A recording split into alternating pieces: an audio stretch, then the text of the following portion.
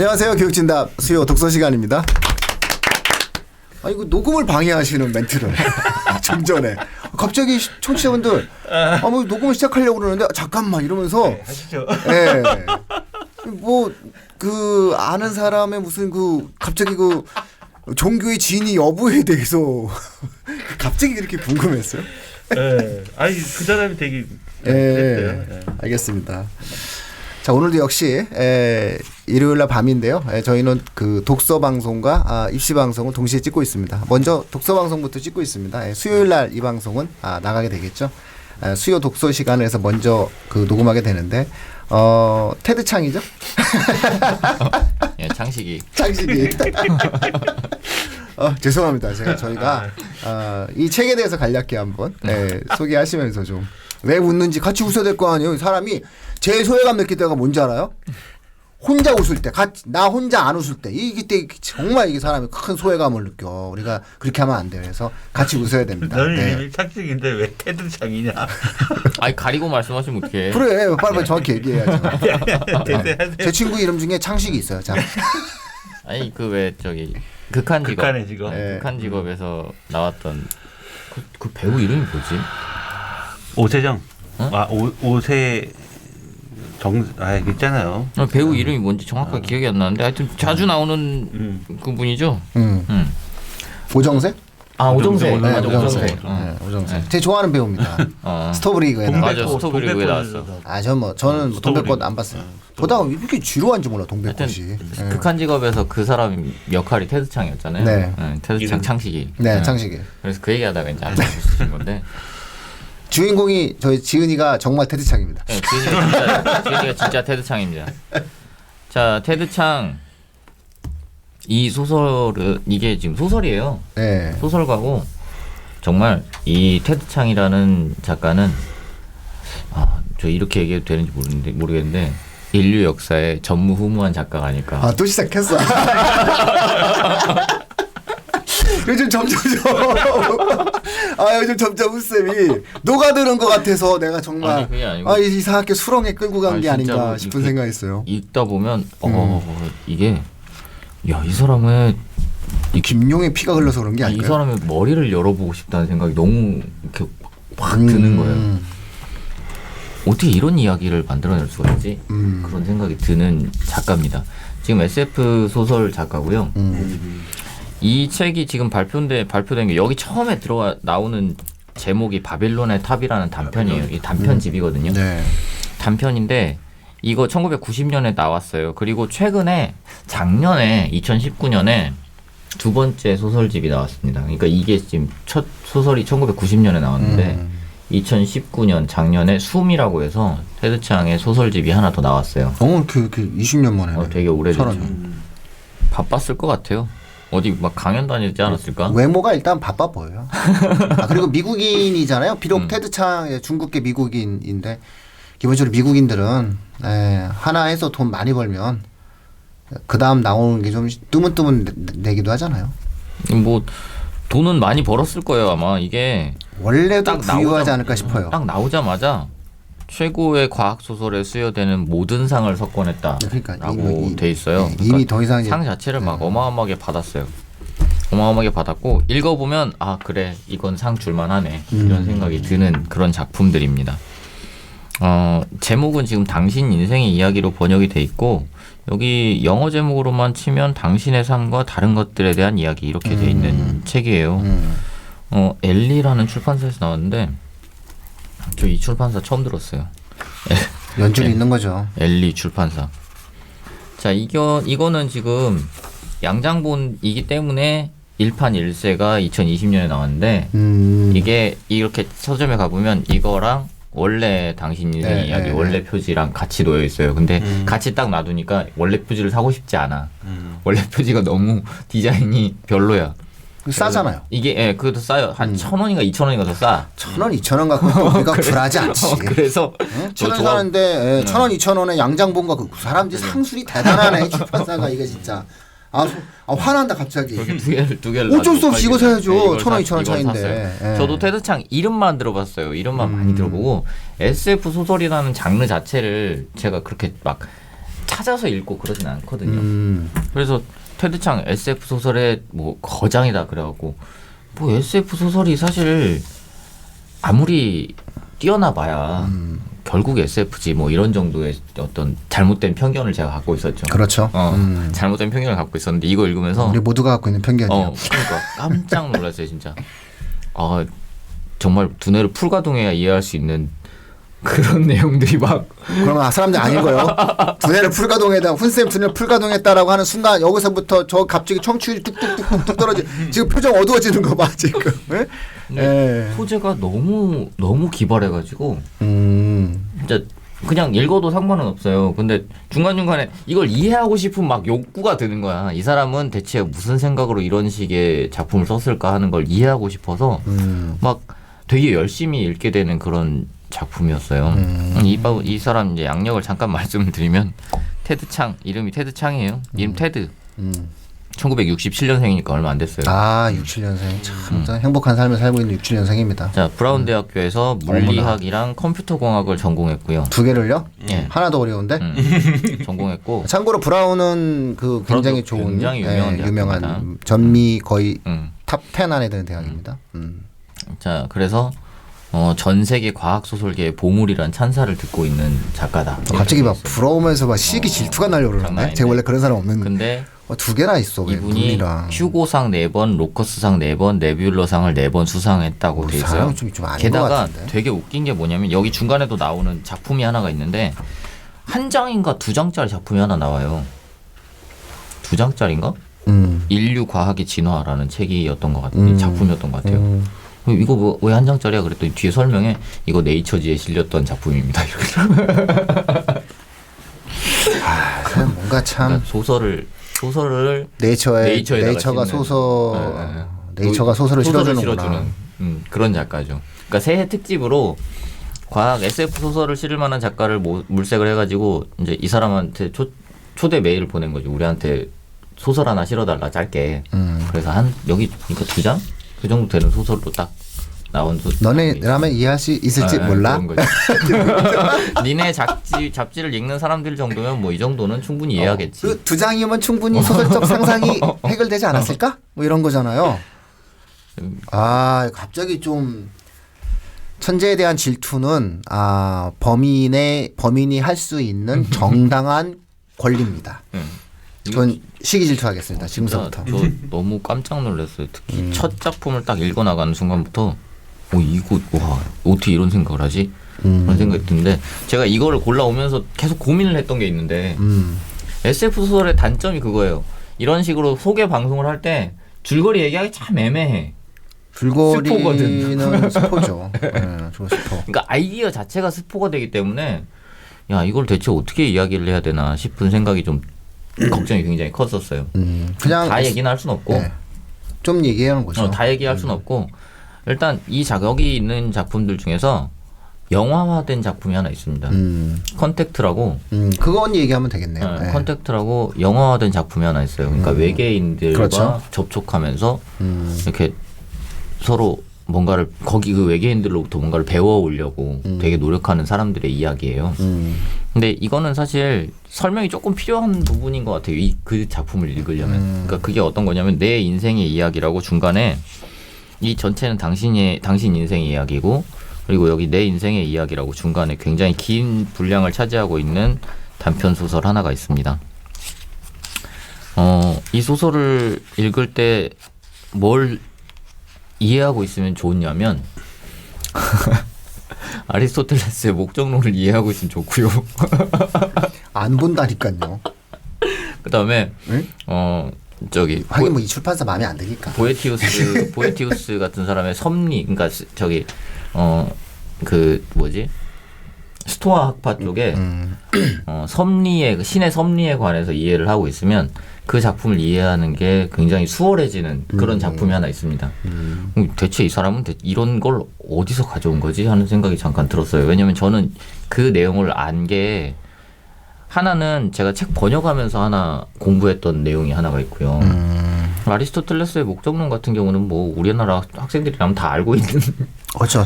다 알잖아요. 윤리와 사상과 생활관리라는 교과 과목을 배우는 학생들. 그죠. 그러니까 거의 다까지는 아니어도 한 40% 정도. 되게 많이 알 거예요. 그래서 그 정도 알고 있으면 사실 이해하는데 어느 정도는 도움을 받겠다라는 생각이 좀 그럼 들어요. 대부분 이해를 못해요. 죄송합니다. 되게 이제 그 작품이 혹시 오해하고 계시는 분들이 계실지 모르겠는데 컨택트라는 작품이 두 개로 알고 있어요, 제가. 네, 어떤 컨택트? 원래 컨택트가 가장 최근에 나온 컨택트가 조디 포스터? 조디 포스터 나오는 건 옛날 컨택트예요. 저는 그 영화 되게 좋아하거든요. 저 그 영화 되게 좋아하는데 그거 말고 그 이후에 나온 컨택트라는 영화가 있습니다. 네. 아마 넷플릭스 같은 거 보시는 분이면 거의 떠 있을 거예요. 한번 보세요. 그렇죠. 약간 분위기가 어떤 사람들은 이렇게도 평가하는데 인터스텔라는 사실 상대도 안 되는 SF 영화다. 이렇게 얘기하는 사람들도 있어요. 왜냐 원작이 테드 창이거든.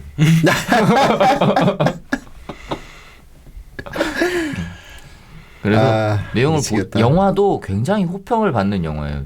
그러니까 전개 자체가 너무 상상을 뛰어넘어 버리니까 사람들이 그냥 보다가 우와 이런 생각만 드는 거죠. 그리고 약간 소재가 겹친다 하는 영화가 또 하나 있는데 혹시 리미틀리스라고 아시는지 모르겠어요. 리미틀리스라는 영화 있습니다. 그 영화도 약간 소재가 겹치는 이 책이 하나 있어요. 여기 소설이. 그렇게 어쨌든 SF 소설을 쓰다 보니까 영화랑 굉장히 소재가 겹치는 부분들이 있습니다. 근데 제가 이거를 굳이 이제 학생들이 한 번쯤 읽어봤으면 좋겠다라고 생각하는 이유는 뭐냐면요. 소재도 소재인데 아무래도 SF 소설이다 보니까 과학적인 원리, 그다음에 수학, 그러니까 과학도 뭐 물리학, 그다음에 생물학 따로 생물학 관련된 주제로 따로 전개하고 있는 소설 하나가 있고요. 뭐 물리학 관련된 소설도 하나가 있고요. 신학과 관련돼 있는 소설도 하나가 있습니다. 그러니까 되게 이런 상상력을 가지기 위해서 필요한 것들이 굉장히 많은 배경 지식이구나 라는 걸 알게 해주는 그런 소설들이에요. 그러니까 그런 배경 지식을 깊이 있게 알지 못했다면 이런 소설을 쓸 수는 없었겠다라는 생각이 들고, 그다음에 그러면 이걸 읽어내기 위해서 우리한테 필요한 것은 기본적인 지식이, 과학적 지식이 이제 필요한 부분이 있고 수학적인 지식이 필요한 것들이 있고 뭐 과학도 물리학 관련된 지식, 생물학 관련된 지식들이 이게 있어야 읽어낼 수 있는 소설들이 있어요. 그래서 저는 사실 제가 고등학생이면 들고 다닐 것 같아. 야, 빠져들었군 또. 또 빠져들었어. 또 빠져들어서 벌써 또 연애하는 듯한 느낌. 야, 요즘 테드창이랑 연애하는구나. 그냥 내가 이걸 읽고 있어. 이런 느낌으로 들고 다닐 법한 그런 책이라고 생각합니다. 저는 컨택트란 영화 내가 본 게 맞나 다시 한번 확인했거든요. 근데 그런 발상의 시작이 지금 이런 부분이 있다라고 하는 거죠. 그러니까 발상 자체가 아니고 아예 거의 그 내 인생의 이야기는 거의 내용이 겹치는데 문제는 내 인생의 이야기 전체가 하나의 어떤 언어 논리로 구성돼 있다는 거예요. 그러니까 우리가 이를테면 어떤 언어를 사용을 할 때 우리는 처음에 이야기를 딱 뱉기 시작할 때 뒤에 뭐가 나올지 모르잖아요. 그걸 모른단 말이에요. 그래서 이제 이 대충의 이야기를 이제 핵심적인 부분을 말씀드리면 외계인하고 의사소통을 하려고 하는데 이게 의사소통이 안 돼. 네. 왜 그러냐면 우리는 이야기를 뱉을 때 이야기를 뱉어서 그게 어디로 갈지 모르는 상태인데 외계인들은 이야기를 뱉는 순간부터 이미 끝이 정해져 있는 말을 꺼내는 거예요. 그거를 이제 서로 의사소통을 하면서 그걸 깨닫게 되는 과정이에요. 근데 걔네들도 우주에 어디선가 살고 있고 우리도 우주에 어디선가 살고 있고 우리가 우주를 설명하는 방식이랑 걔네가 우주를 설명하는 방식이 똑같아. 결국에는 하나를 설명하는 방식이 되는 거예요. 그래서 우리가 이를테면 수의 체계부터 뭐 1, 2, 3, 4 이렇게 설명을 하니까 외계인이 몰라. 그러더니 적분, 미분 얘기를 했더니 너무 금방 알아듣는 거야. 그렇죠. 네. 그래서 이 사람이 깨닫는 거지. 쟤들한테는 적분, 미분이 너무 유치한 수준의 것이구나. 그렇다고 해서 그럼 더 고도화된 어떤 걸 발견해냈냐? 그게 아니고 거꾸로 가는 거야. 그러니까 걔들이 적분, 미분에서부터 시작해서 우리가 알고 있는 대수, 그러니까 덧셈, 뺄셈으로 가는 데까지 이렇게 거꾸로 배워가는 식으로 그렇게 가고 있는 거라고 보여주는 거예요.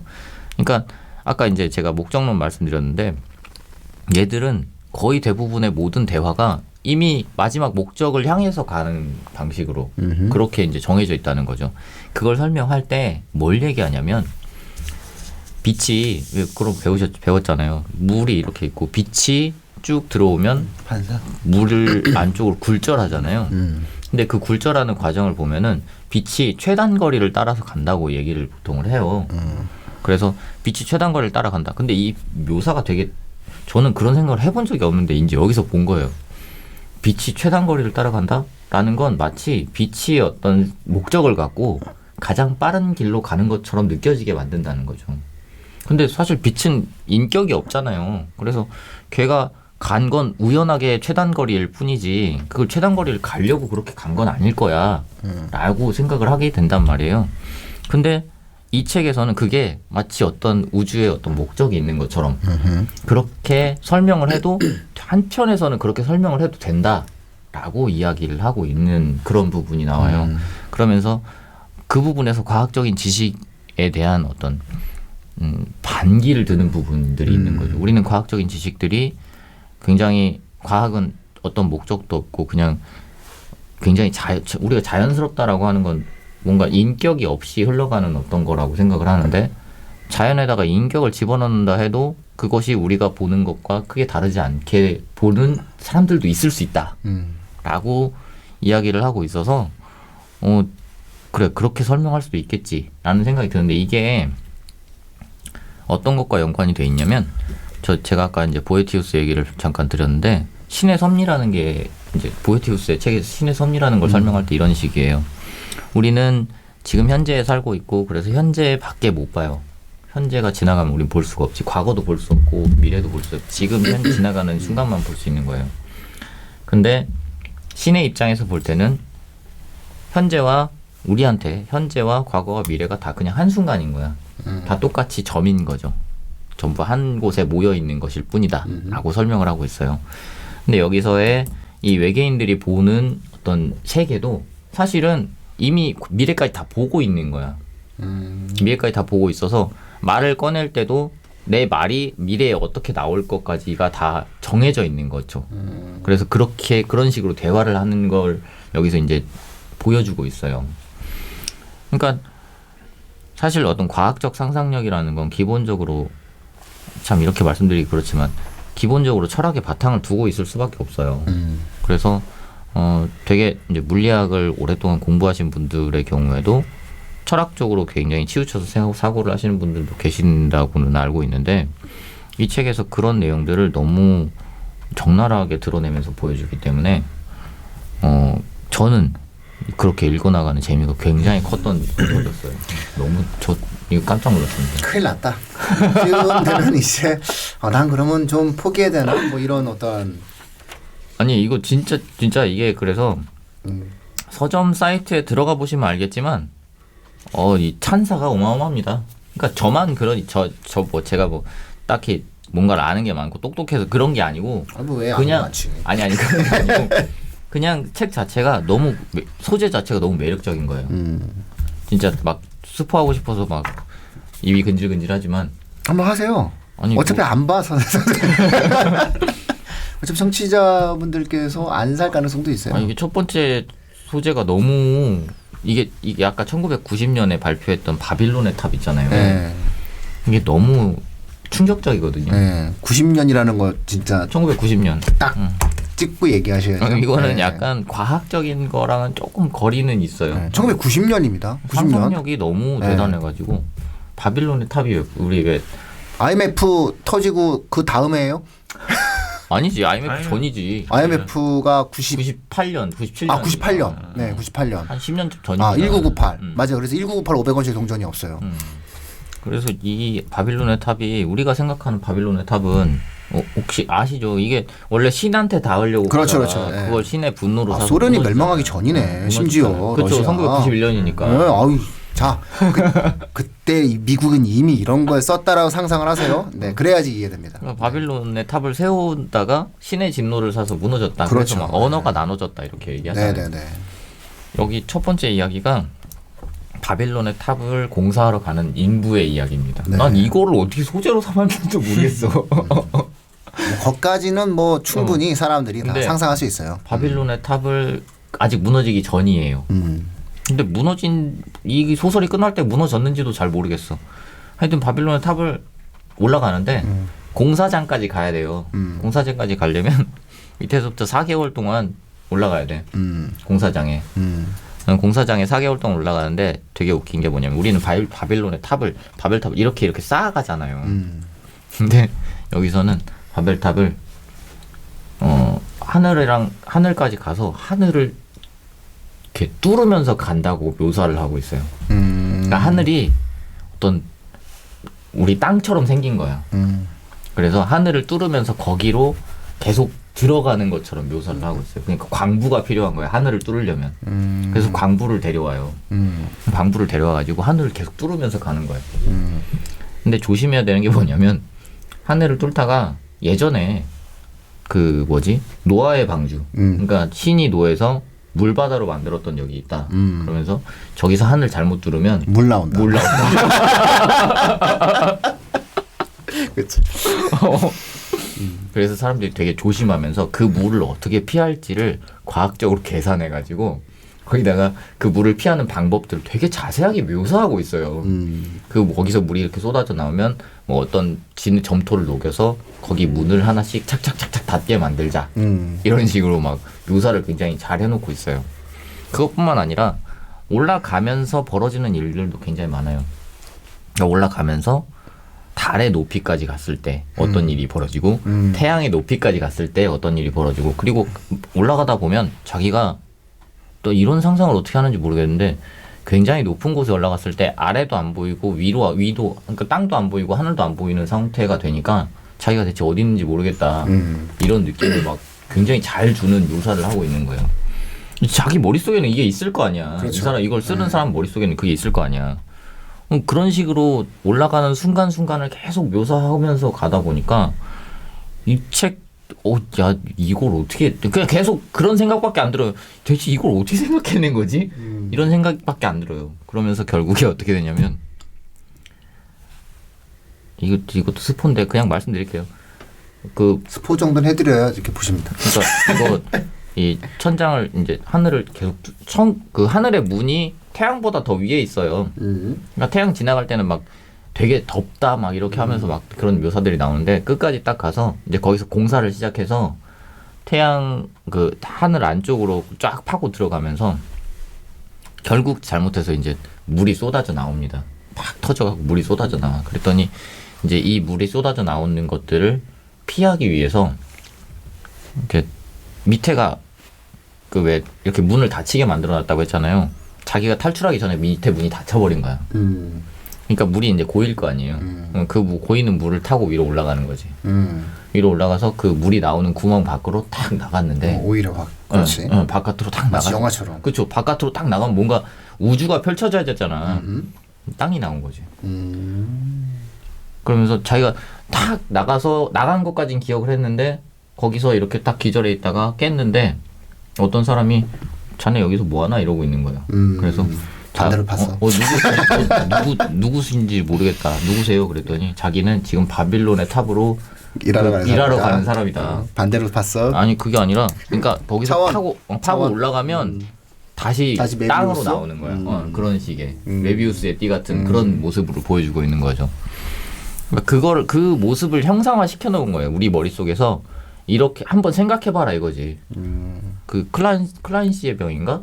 그 메비우스의 띠는 3차원에서 2차원에서 왔다 갔다 하는 거고 클라인시의 병인가가 아마 3차원적으로 이렇게 안쪽으로 파고 들어가게 만들어 놓은 그거일 거예요. 근데 그거를 우리 머릿속을 한번 그려보게 만들어주는 그런 그림인 거죠. 그러니까 그게 기본적으로 바탕이 돼 있기 때문에 이런 식의 스토리가 나오는 건데 저는 솔직히 이거를 저는 이건 뭐 질투도 안 나요. 이건 뭐 어떻게 해? 우리 질투해야 된다니까. 왜 자꾸 질투해야지. 이런 사람 자꾸 질투해야 돼요. 저는 원래 천재에 대한 질투를 굉장히 많이 하는 사람인데. 많이 심하시나? 네, 되게 많이 하는 사람인데 이거는 야 이거 뭐 나는 질주도 못하겠는데 이런 생각이 들면 너무 빠져들어서 이 정도 할 수 있어요. 그거 막 수학적인 지식도 그게 굉장히 없으니까 많이 우리가 들어가고, 못 하는 거예요. 과학적인 지식도 굉장히 많이 들어가고 나중에 이제 인간 복제에 관한 이야기가 하나 나오는데 진짜 그냥 이런 생각을 어떻게 하지 하는 생각이 너무 강하게 들었습니다. 약간 그런 것도 짬뽕돼 있어요. 혹시 읽어보신 분들이 있는지 모르겠는데 어스시의 마법사라고 이것도 판타지예요. 판타지인데 판타지 3대 판타지 중에 하나로 보통 꼽는 소설입니다. 근데 어스시의 마법사에서 누군가의 진짜 이름을 밝히면 안 된다 뭐 이런 식의 이야기가 있어요. 진짜 이름이 갖고 있는 힘이 굉장히 크다. 이제 그런 게 있는데 여기 안에 이제 인간 복제하는 과정에서 그 이름에 관한 힘에 대해서 거기서 약간 차용해 오는 느낌도 있어서 이 사람 굉장히 많은 걸 읽어봤겠다는 생각도 좀 들었어요. 그래서 그냥 책 하나에서 너무 많은 지식을 얻을 수 있어. 그냥 이 책을 읽으면 되게 잡다한 것들을 다 접할 수 있어서 저는 그냥 심심할 때 내가 좀 똑똑해지고 싶어. 그러면 한 번쯤 읽어볼 만한 책이라고 생각합니다. 뭐 적절한 스포, 요 정도 스포는 뭐 다들 허용해 주셔야 될 것 같아요. 이게 제가 이제 그 비슷한 소재니까 바빌론 탑이 나왔으니까 또 이 청취자분들께 해드릴 수 있는 얘기가 피라미드잖아요. 제가 어렸을 때 피라미드를 되게 좋아했거든요. 그 피라미드 밑에서 이렇게 있으면 계란도 안 썩는다. 뭐 그렇다고 한다면서요. 들어본단 말이죠. 진짜 그래요? 근데? 에너지의 무슨 뭐 부분이다. 아니 그러니까 난 그게 진짜인지 궁금해. 그래서 이 피라미드 틈을 놓고 내가 단전호흡 한 적도 있어요. 피라미드 틀을 하나 사가지고. 아니 진짜 그런 얘기 있어요. 나 그 피라미드 틀을 사가지고 단전호흡을 한 적이 있단 말이야. 내가. 그래서 이제 얘기를 해요. 근데 피라미드가 뭐로 알고 있죠? 피라미드는? 전기장판? 아니 파라오의 그러면 청취자들이 무덤. 화내. 이걸로 바로 10명 나갔어. 10명. 요즘 어쩌려고 이러게 지금 자꾸. 피라미드하고 전기장판. 그 피라미드 어떻게 전기장? 어쨌든 피라미드는 이제 그 파라오의 무덤이잖아요. 그러니까 우리가 이제 알고 있는 게 파라오의 무덤이야. 자 그러면 피라미드가 만약에 만들어졌어. 그럼 피라미드를 연구하는 사람은 어떤 학자여야 돼요? 피라미드는 대부분 다 역사학자가 연구한다고 생각하잖아요. 그렇겠죠. 나는 틀렸다는 거예요. 이게. 건축 아니에요, 건축? 나는 내가 개인적인 생각이 뭐냐면은 피라미드는 전기공학자, 기계공학자, 건축공학자가 연구할걸요? 네, 연구하겠지. 연구하는데 나는 오히려 이 사람들의 전문 영역이지 역사학자들의 전문 영역이 아니라고 보는 거예요. 왜냐하면 역사학자들은 기본적으로 역사에 대한 어떤 인문학적인 내용을 연구하는 거지. 아니 지가 무슨 죄송합니다. 지라고 표현해서 죄송해요. 아니 정말 이거 정정합니다. 죄송합니다. 이거 분명 죄송합니다. 10명 나갔어요. 근데 아니 역사학자들이 과학적인 물론 과학적 지식 갖고 계신 분도 계세요. 자 그런데 우리가 이 거대한 피라미드 우리가 그 장수왕이 묻혔다라고 우리가 흔히 이야기하는 장군총의 규모도 사실상 웬만한 이집트의 피라미드에 견줄 만한 크기예요. 크기 자체가. 진짜요? 피라미드 네. 엄청 크던데? 근데 피라미드 큰데 우리가 대피라미드 큰데 장군총도 그만큼 크다. 진짜요? 그만큼 크다. 이런 거죠. 그러니까 굉장히 무덤이 커요. 댓글 올라와요. 크기 재가지고 막 올라오고 그래. 물론 작겠지. 하지만 저는 원래 국뽕 기질이 강하니까 죄송합니다 이것도. 그런데 저는 어쨌든 우리 역사에 대한 자긍심이 워낙 강한 사람이니까. 자 그런데 기본적으로 피라미드는 이제 장군총 무덤이니까 그건 확실해요. 근데 피라미드 그 거대한 피라미드 특히나 그 가자에는 대피라미드 있잖아요. 거대한 대피라미드 큰 거. 그거 볼 때만 제가 느끼는 게 뭐냐면 저 무덤이야? 이런 생각이 드는 거예요. 저는 어렸을 때 무슨 생각을 했냐면은 UFO 기지다라고 생각을 했었어요. 초등학교 때. 저 UFO 기지다. 좀 미친 거다 저거는. 그러니까 이렇게 생각해 봤어요. 내가 왕이면 저걸 만드나? 일단 내가 왕이면 안 만들게 할 것 같아요. 백성들이 힘들 테니까. 그게 싫을 것 같으니까. 그 이 피라미드가 그럼 왕의 무덤이야? 그 왕의 무덤이다 치자. 그러면 그것만 갖고 이 피라미드가 쓰여서는 안 된다고 생각해요. 거대한 물적 자원에 국가의 물적 자원에 투자가 됐는데 그 정도의 건축공학과 그 정도의 모든 과학기술의 총화가 만들어졌다면 단순한 한 인간의 무덤 이전에 그 수많은 사회적 효용성의 가치를 갖고 있는 것이 있을 수도 있다. 저는 이렇게 판단하거든요. 발전기일 수도 있고 누가 얘기하듯이 발전기일 수도 있는 거고요. 피라미드가 아니면은 거대한 형태의 어떠한 뭐 조명 기구일 수도 있는 거고. 그래서 인류 문명이 가지고 우리가 페르시아 불도 있잖아요. 전기 페르시아 불 같은 것도 있잖아요. 그래서 제가 생각하는 건데 피라미드에 그러면은 노동자가 과학자 끌려간 어떤 그 페르시아의 과학자 난 소설 이렇게 쓰면 돼요. 그러니까 충분히 우리도 테트창처럼 소설 쓸 수 있으니까 준비하세요. 그런 소설 어디서 본 것 같은데? 아니요, 없어요. 아니요, 봤어. 있으면 내가 벌써 네가 있으면 그런 소설을 내가 벌써 읽었어요. 본 것 같은데. 없을걸요? 아니야. 진짜? 그런데 일단 뭐 네, 없어요. 여러 가지 이제 혹시 근데 중요한 건 우리는 학생분들 들으실 때 이거는 그냥 네. 이 분이 갖고 있는 생각이에요. 갖고 있는 생각인 거고 네. 사실이 아닙니다. 네. 네. 내 개인적인 생각이에요. 네. 내가 분명히 얘기하지만 피라미드는 파라오의 무덤이라고 많은 사람들이 얘기하죠. 네. 하지만 여기서 가장 중요한 것은 과연 그것만일까? 혹은 그게 아니라고 생각한다라고 하면은 우리는 그 용도를 무엇으로 해석할 수 있을까? 혹은 그 용도 이외에 또 다른 용도는 없을까를 생각하는 것이 다양한 형태로 생각할 수 있는 사람이 되지 않을까 싶은 거고요. 저는 분명히 제 개인적인 생각에는 아니 그렇게 거대한 무덤을 뭐하러 만들어? 저도 개인적인 생각이에요. 뭐 다른 쓰임새가 있을 거였다니까. 저 피라미드는 뭔가 다른 데 쓸모가 있어. 쓸모가 없이 저걸 저렇게 크게 만들 리가 없어. 이런 생각 갖고 있다는 거죠. 저도 피라미드에 대한 아픔이 많아요. 네, 오늘은 피라미드에 대한 이야기는 아니고요. 네, 알겠습니다. 전기장판이 아니라 옥장판이었네요. 내가 생각해 보니까. 그러니까 피라미드 옥장판이었죠. 6시간 끌려가서 교육받고 내가 진짜 네, 알겠습니다. 자, 책 제목이랑 출판사도 다시 한번 청취자분들께 알려드려야 될 것 같습니다.